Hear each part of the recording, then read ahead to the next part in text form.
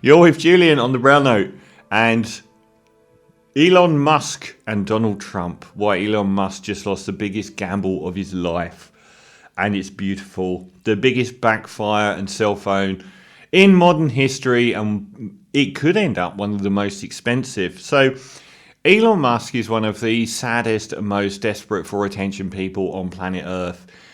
Even next to Piers Morgan, he has been an ambulance chaser, desperate to wed himself to anything that's in the news for attention.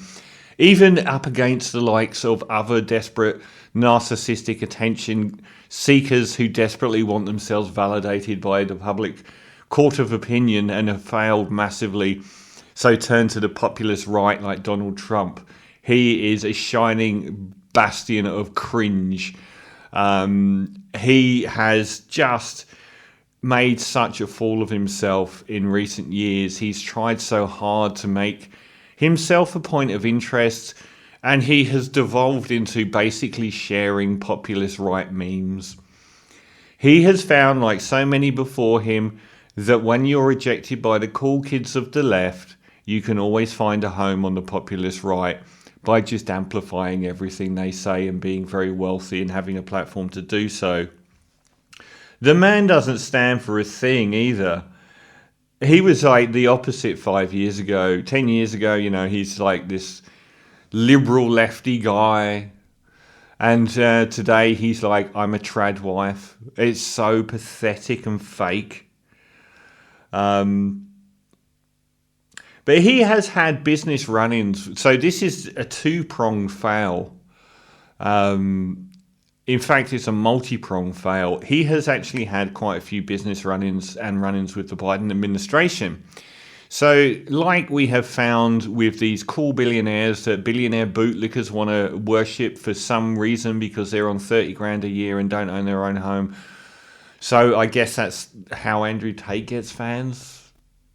People that, have this aspirational desire to want to support billionaires. But they've shown themselves to be pretty fascist when it comes down to it. Instead of, offering the world lots, they tend to basically try and make the lives of the 100,000 people that work for them much worse so they can have $1 more a month out of that person. And oppose, the most fair and just laws when it comes to employment and so on. And he's had some run-ins with Biden over the unionization of Tesla workers. I don't understand how the Tesla shareholders have not removed this man. Like the fact that he has pissed all over the demographic that is his company's main source of income, the people that would buy electric cars, not exactly being online with Donald Trump, or populist right-wingers attacking electric vehicles. They're now his friends. It's amazing that he's actually not been removed. But he was personally chided. These billionaires, like Trump, will never forget somebody that has slighted them. He wasn't invited to a summit about electric vehicles. And he's never forgiven that. He also wants, Donald Trump's guaranteeing tax breaks for billionaires when he gets in office. Everyone knows that. So that's good for him as well. And you've never met a billionaire that won't sidle up to a fascist if it means tax breaks. And the other thing is he is against the unionization of his mistreated workforce. So he's got lots of reasons on a financial level to go for Trump, but I don't think that's it. I think it is the populist right-wing demagoguery and wanting to be a superstar and people love him. So when Trump defeated Biden in the debate, Elon Musk must have started twitching, going, ooh, maybe I should go for Trump. Ooh, even though everyone thought he was a Trump supporter a year ago. I was completely blindsided by him supporting Trump because I thought he'd already done it a year ago. But then the assassination attempt on Trump's life, he must have read the room and thought, Trump's winning the next election. I'm going to go for Team Trump today. And to wed himself to that news story about the assassination, Me-Too Musk came out fighting, trying to insert himself into that news story. Pledging $50 million a month in support for Trump, or $50 million a week, or whatever he's now backtracked on already. and saying, I'm supporting Trump and these are my logical reasons. I am not a partisan person. I am a libertarian, even though all my views are right wing and all my opposition is left wing. That makes me a libertarian because apparently that's what a libertarian is these days. Now, there's a lot of reasons why he would go with Trump when he thought Trump was winning. I mean, favourable deals, favourable tax, favourable union and working laws, and mainly the adulation that he craves more than anything else from the populace, and probably because he seeks higher office. Who knows, maybe he would seek to overturn the fact that somebody not born in America could run for president. These people don't hold anything sacrosanct. They believe that if they're powerful and rich enough, they should be able to do anything. Or maybe he would settle for some, incredibly exalted position in politics in America, or being the chairman of the Federal Reserve, something that would look good and make him out to be Billy Big Bollocks. So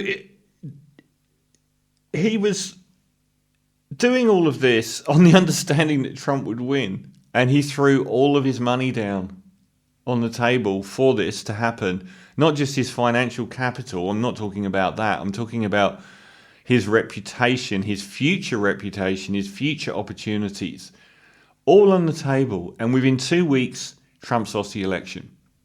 Now that is an expensive gamble.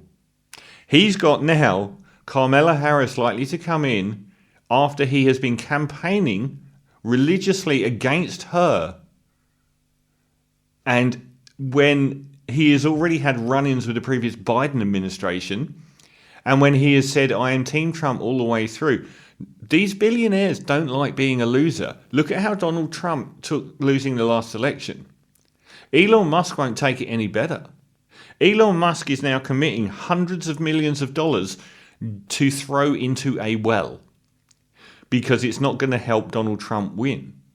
He will be backtracking furiously to try and wind back what he's committed, knowing that he's throwing money into a hole.